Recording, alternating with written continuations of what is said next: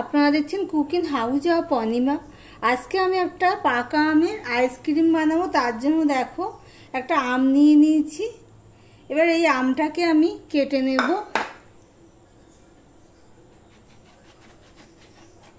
একদম সহজ পদ্ধতিতে করব, খুব সহজেই তোমরা পাকা আমের আইসক্রিম করে নিতে পারবে।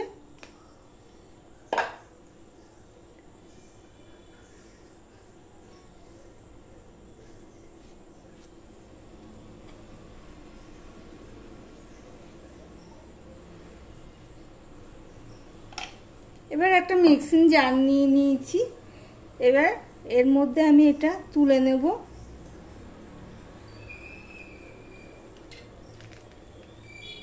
যা গরম পড়েছে, ঘরের মধ্যে যদি এইভাবে আইসক্রিম করে রাখা যায়, ঠান্ডা ঠান্ডা খেতে ভালোই লাগবে। বাচ্চা থেকে বড় সবারই পছন্দের ম্যাঙ্গো আইসক্রিম।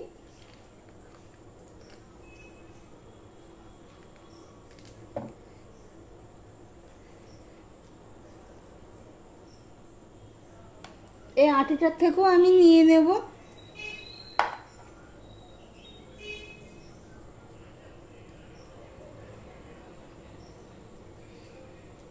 যতটা পারবো ততটা আমি এইভাবে নিয়ে নেব।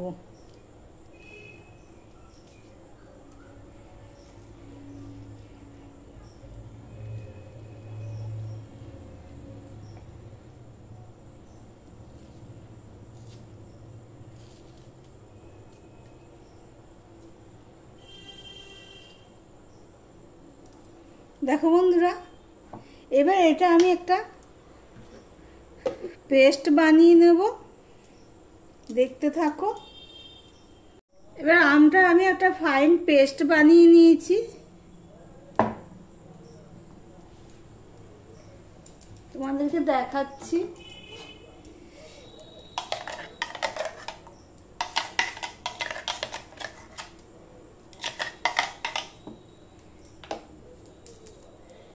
এদিকে আমি গরুর দুধটা জাল দিতে বসিয়ে দিয়েছি। আমি এখানে 500 গ্রাম গরুর দুধ নিয়েছি। দুধটা জাল পড়ে গেছে, তারপরে আমি ছোট করে দিয়েছি। এবার এর মধ্যে আমি দিয়ে দেব চিনি, দিয়ে দেব। চিনিটা যার যার স্বাদ অনুযায়ী দেবে, কেননা আমটা প্রচণ্ড মিষ্টি, সেই অনুপাতেই চিনি দিতে হবে। আমি প্রায় 2 চামচের মতন চিনি দিয়ে দিলাম, বড় চামচে। এবার চিনিটা দিয়েও আমি জাল দিতে থাকবো। চিনিটা দেওয়ার পরে দুধটা একটুখানি পাতলা হবে। দুধটা কিন্তু আমি জাল দিয়ে ঘন করেই নিয়েছি।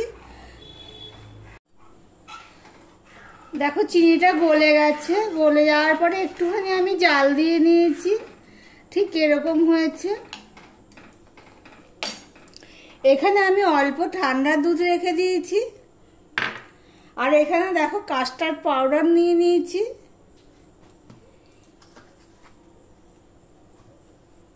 এবার দেখো এখানে আমি 1 চামচের মতন এই ঠান্ডা দুধের মধ্যে পাউডারটা গুলে নিলাম। এটা কিন্তু গরম দুধের মধ্যে বা গরম জলের মধ্যে দিলে না দলা পাকিয়ে যাবে, সেটা সবসময় ঠান্ডা জলে বা দুধের মধ্যে গুলতে হয়। আমি এই বড় চামচের 1 চামচ কাস্টার্ড পাউডার দিয়ে দিলাম। 500 দুধের জন্য যথেষ্ট। এবার দুধটা তো জাল পড়ে গেছে। এবার আমি গ্যাসের ফ্লেমটা লো ছিল, আরেকটু বাড়িয়ে দিলাম। দিয়ে আমি অল্প অল্প করে দেব, আর এরকমভাবে জাল দিতে থাকবো। আবার দেব, আবার জাল দিতে থাকবো। এই পর্যন্ত যারা ভিডিওটি দেখছো, লাইক দাওনি, চট করে একটা লাইক করে কন্টিনিউ করো বন্ধুরা। দেখো বন্ধুরা, জাল দেওয়ার পরে দেখো দুধের ঘনত্বটা আরও বেড়ে গেছে। সম্পূর্ণটা আমি দিয়ে দিলাম।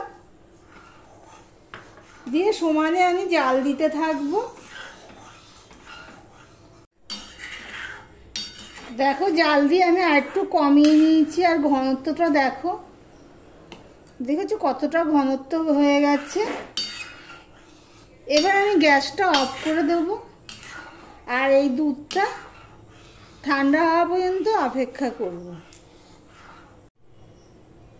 দুধটা ঠান্ডা হয়ে গেছে।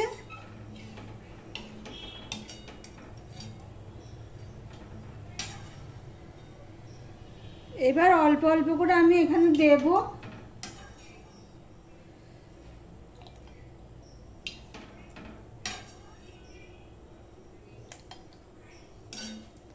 দিয়ে মিশিয়ে নেব।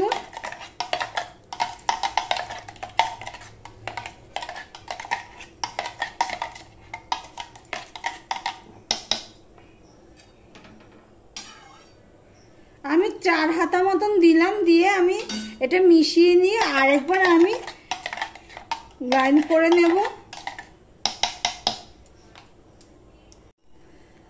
একটু দুধ দিয়ে আবার ঘুরিয়ে নিয়ে এসেছি আমটাকে, দেখতেই পাচ্ছ। এবার সমস্ত দুধটা আমি এর মধ্যে ঢেলে দিচ্ছি।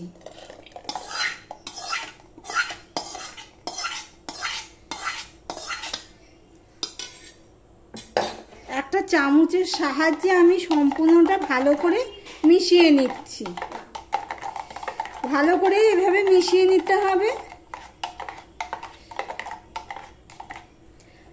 আর এই দেখো ঢাকনিটার মধ্যে কিছুটা রয়েছে।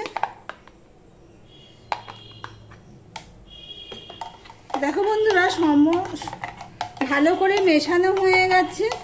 দুধটা কিন্তু একদম ঠান্ডা হয়ে যাচ্ছে। যে সম্পূর্ণটা ভালো করে মিশিয়ে নিয়েছি। দেখতেই পেয়েছো আইসক্রিমটা করার জন্য আমি দুধ আর আমটা মিশিয়ে নিয়েছি। তারপরে আমি মিক্সিতে আবার ঘুরিয়ে নিয়ে চলে এসেছি। এই দেখো বন্ধুরা, মিক্সিতে ঘোরানোর পরে দেখো এবার আমি আইসক্রিমের মোল্ড নিয়ে নিয়েছি। এবার আমি এগুলো ঢেলে দেব।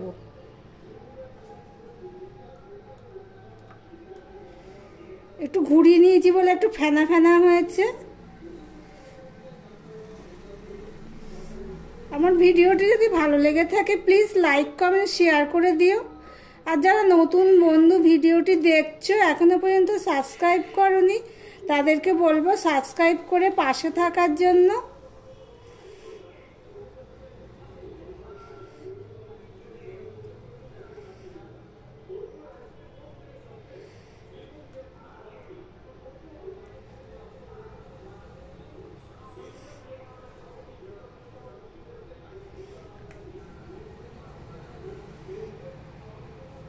দেখো পুরোপুরি শেষ হয়ে গেছে, আরটাও ভর্তি হয়ে গেছে।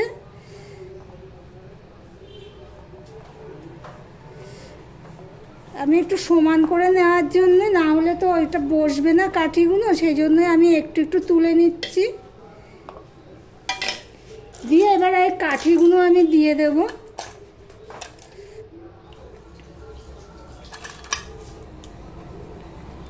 একদম সহজ, ঘরে আম থাকলে, এখন আমের সিজন, বাজারে ভরপুর আম, তোমরা এইভাবে আইসক্রিম বানিয়ে রেখে দিতে পারো। যখন খুশি তখন খেতে পারবে, আর দোকানে যেতে হবে না আইসক্রিম খাওয়ার জন্য।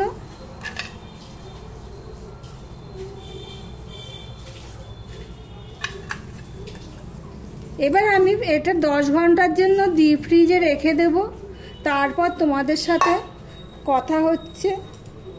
বন্ধুরা, ডিপ ফ্রিজ থেকে আইসক্রিমটা বের করে নিয়েছি, নিয়ে বাটির জলে একটুখানি 30 সেকেন্ড মতো আমি রেখে দিয়েছিলাম। এবার দেখো আইসক্রিমটা আমি বের করে নিচ্ছি। একটা থালা নিয়ে নিয়েছি, থালার মধ্যে দেখো এই দেখো আইসক্রিম।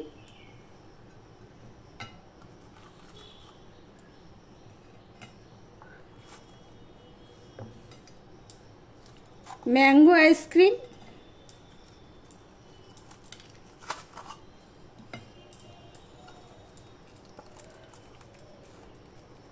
এটা বের হচ্ছে না, এটা বেরিয়েছে। আর দুটো রয়েছে, এগুলো থাক। তারা দেখতেই পাচ্ছ গরম তো তাড়াতাড়ি গলে যাবে।